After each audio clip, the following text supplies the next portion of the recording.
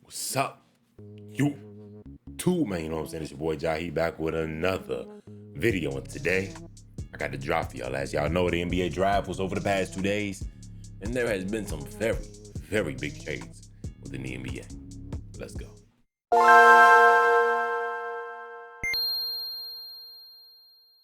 We got to talk about the Nova Knicks. Mikal Bridges has been traded from the Brooklyn Nets to the New York Knicks to now pair him, Josh Hart, Jalen Brunson, and Dante DiVincenzo, the championship Villanova team, all onto the New York Knicks. And I think this is great for that team. It was a great move by the Knicks and a great move by the Nets because they now got a lot of picks. They got a tremendous amount of picks. Honestly, who knows if they'll really have value because the Knicks are kind of good now. They're going to be better now with a player like Mikal Bridges. His scoring, his 3-and-D is really more than 3-and-D. It's all offense, I'd say. So they're becoming more versatile. He was a helping piece on a championship level team in the Suns. Now the Knicks, he'll be very helpful. This team is going to be scary. They will. Jalen Brunson has already been getting better and better, renowned as one of the best point guards in the league right now. The Knicks are scary. And the Nets, I feel like the Nets are always involved in some trade, but they didn't come out too bad on this one. They got a lot of picks. I think they got the 2025 first round out the Knicks. And if you don't know, that's the draft that has Cooper Flagg, Ace Bailey, Dylan Harper, a lot of good players that people are really excited about, honestly. People are really excited about Cooper Flagg, but they're really excited about a lot of players in that draft, so that will be interesting to see. The Dallas Mavericks just announced that they traded Tim Hardaway Jr. and 3 second-round picks to the Detroit Pistons for shooting guard Quentin Grimes. As bad as they were, I don't know how good Quentin Grimes is, but he cannot be too talented. He can't be that crazy. He must be better than Tim Hardaway Jr. They traded for him and some draft picks on top of that. Tim Hardaway Jr. has been falling off. Pistons also do need some veteran presence, which Tim Hardaway Jr. will bring. Who knows if it'll be quality veteran presence like championship experience, true leadership, and someone who's been there and done that and can now do that with these new guys. Yes, he went to the finals this year. He did nothing. He really did nothing. It's really going to be interesting to see if Tim Hardaway can really add to the Pistons. I hope it's not like a Gordon Hayward to the Thunder type of trade. Just to waste everybody's time. So let's talk about this draft, right? We're going to start off with obviously the number 1 pick. With this guy named Zachary Risacher from France.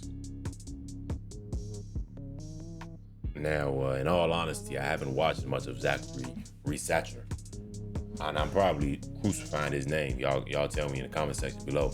But I'm pretty sure that everybody had Alex Sarr as the number 1 pick. So as to why the Atlanta Hawks decided to go with Zachary at number 1, I'm truly baffled. And I hope they're not wrong. I really do. But this guy, nobody was talking about him enough to sit here and say, you should pick him number 1. And honestly, if you ask me, the Hawks should have traded away their number 1 pick and could have still got him. I'd say maybe at 3 or 4. I might be stretching, but you could have got more value if you drafted him 3 or 4, traded somebody else for your number 1, and got maybe 2 picks. You would have got a 3rd pick, maybe a 2nd or a late 1st. Or maybe even a random guy, a random bench player. You see what you could do with that. A random center, because I know you're saying you need a center. I know y'all said something about Clint Capella. They're trying to say they need a backup center because you lost John Collins a little while ago. But hey, I think though, you got a guy like Trae Young who does want to leave. You got a guy like Trae Young. You get a shooter around him, a wing shooter. I don't remember if his profile was saying he's good at defense. Let's see. Shooting, yep. Defensive, yep. See, 6'9" wing. He's 195 though. This is terrible. You 6'9", bro, you need to be at least 220. To me, I ain't gonna lie, these NBA guys are getting skinnier and skinnier by the year. It may be just a young thing. He's only 19, I'm assuming. But I could see the fit he could have in a team like the Hawks, especially with the shooting and defensive ability. But yeah, on to that, past that, Alex Sarr goes to the Wizards. I'm glad the Wizards made a competent decision. It's been a very long time. It has been a very long time since they've made a decision where you've looked at it and been like, wow, that was smart. They also traded away Denny Avdia for Malcolm Brogdon, which I will also say I'm proud of. That is a great decision. Great decision. Reed Shepherd, Kentucky guy. People were talking about him. He's one of the best guards in the draft, if not the best guard. Drafted by the Rockets. I don't know who the Rockets point guard is right now. I know Jalen Green at the 2-3. You got the flop and whatever bro name is. The top pick they had a few years ago. The Rockets been at the top for too long. I ain't gonna lie, they had this top pick for too long. And they have yet to do with anything about it. But yeah, Ron Holland, this is a good pick, they're saying. And Stephon Castle from UConn, the championship team. They're saying he's gonna add a lot because of his his size and his defensive ability and his playmaking and IQ. He's a little raw shooting wise, I seen that. But what, 6'2", no 6'6", 210 with some passing and offensive IQ to pair with Wemby, throw him some oops, not ball hog. We love to see it. I ain't gonna lie, the Hornets, they might have flopped. I don't know who bruh is or why 3 French players were drafted top 6. I don't know what's going on in France. I think everybody wants themselves the next Wembanyama. And I hate to say it. I think at least 2 of these teams will be highly disappointed. Rob Dillingham, again, drafted by the Spurs. I thought this would have been good. I thought he would have been perfect for them. But I guess they didn't. And they traded him to a team that I think could actually really use him in the Timberwolves. As you know, the Timberwolves made the Western Conference Finals. They are a championship level team. They are built to win now. They are getting a young guard to put behind Mike Conley, who I think will be a great, like the perfect veteran to put in front of Rob Dillingham, of raw talent, real energetic, high motor, a lot of offensive ability in creating and hitting shots. He bouncy though. He's real bouncy. 6'1" guard, played at Kentucky, came off the bench, scored 15 points a game. That's nice. All right. So I think this could be really, really good for the Timberwolves. And I think he'll truly develop. Zach Edey drafted by the Grizzlies. A lot of people did not have him going this high because, Jesus. It's a lot of weight. Bro, weight 299, 7'4". Not a 7'11" wingspan. Oh my God. This is a tall guy. Yeah, ESPN got him ranked at 16 overall in the draft. Drafted at 8. That's a little high. But I mean, pairing him with Jaren Jackson or putting him behind Steven Adams. Oh, is Steven Adams not on the Grizzlies no more? He's not. He's on the Rockets. Ew.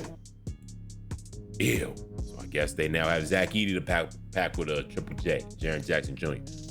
So hopefully he actually turns out to be good, be able to move, maybe even shoot one day. But he is 7'4". As long as he can block shots, get rebounds, and not take up space, I think they're good. 9th pick, though, was kind of high. I'll say that. And then Cody Williams, brother of J-Dub, one of my favorite players on the Thunder.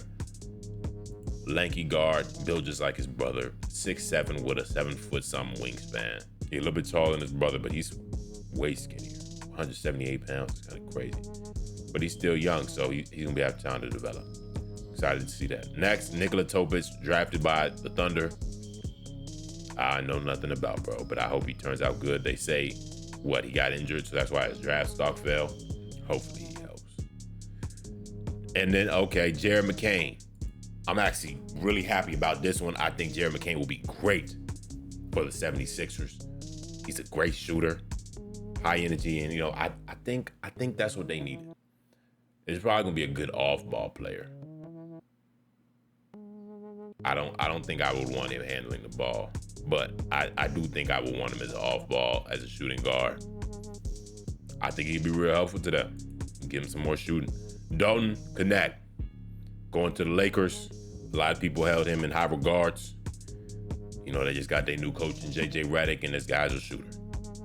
J.J. Redick can probably help him develop a lot.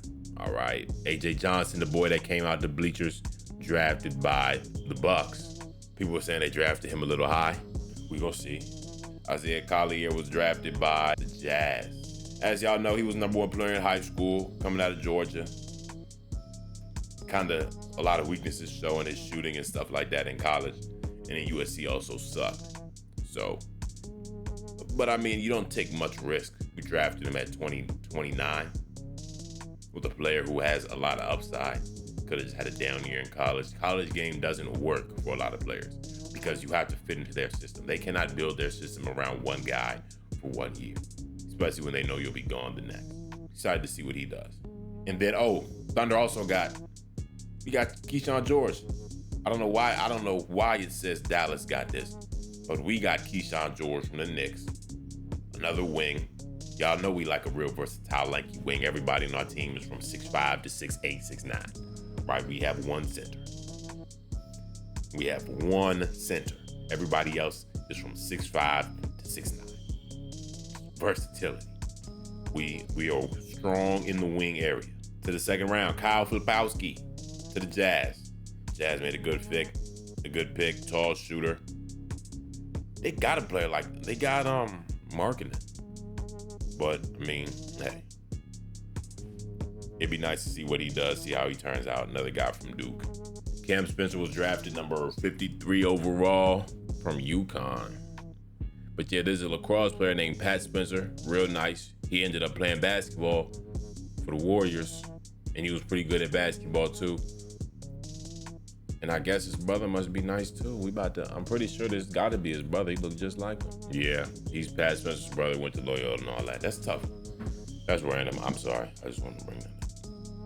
Yeah, Bronny James was drafted by the Lakers. Everybody expected it. It happened. Nobody else reached and got him. Rich Paul said, don't touch Bronny. He's going to LA. And honestly, it's just a moment in NBA history. First time a father and son will be playing together, and it just so happens that it's one of the greatest of all time in his son. And hopefully Bronny James is ready for next year. There's not too much pressure. He's able to handle playing with his father, new coach, at home, in LA. Everybody's in LA, his whole family. So hopefully that goes well. Hopefully the criticism isn't too harsh, and he's able to handle whatever comes his way, but he's been doing great so far. I hope the best for Bronny James. I really do. Congratulations to Bronny James. Congratulations to all these young men who are now NBA players. And I'm excited to see Summer League. Hope y'all enjoyed the video. Make sure you like, comment, subscribe. Comment some video ideas down below. It's your boy Jahi. Hope you enjoyed the video. And I'm out. Hey. I know y'all see this, man. So go ahead, press that subscribe button, press that notification bell, and make sure you come back for another video.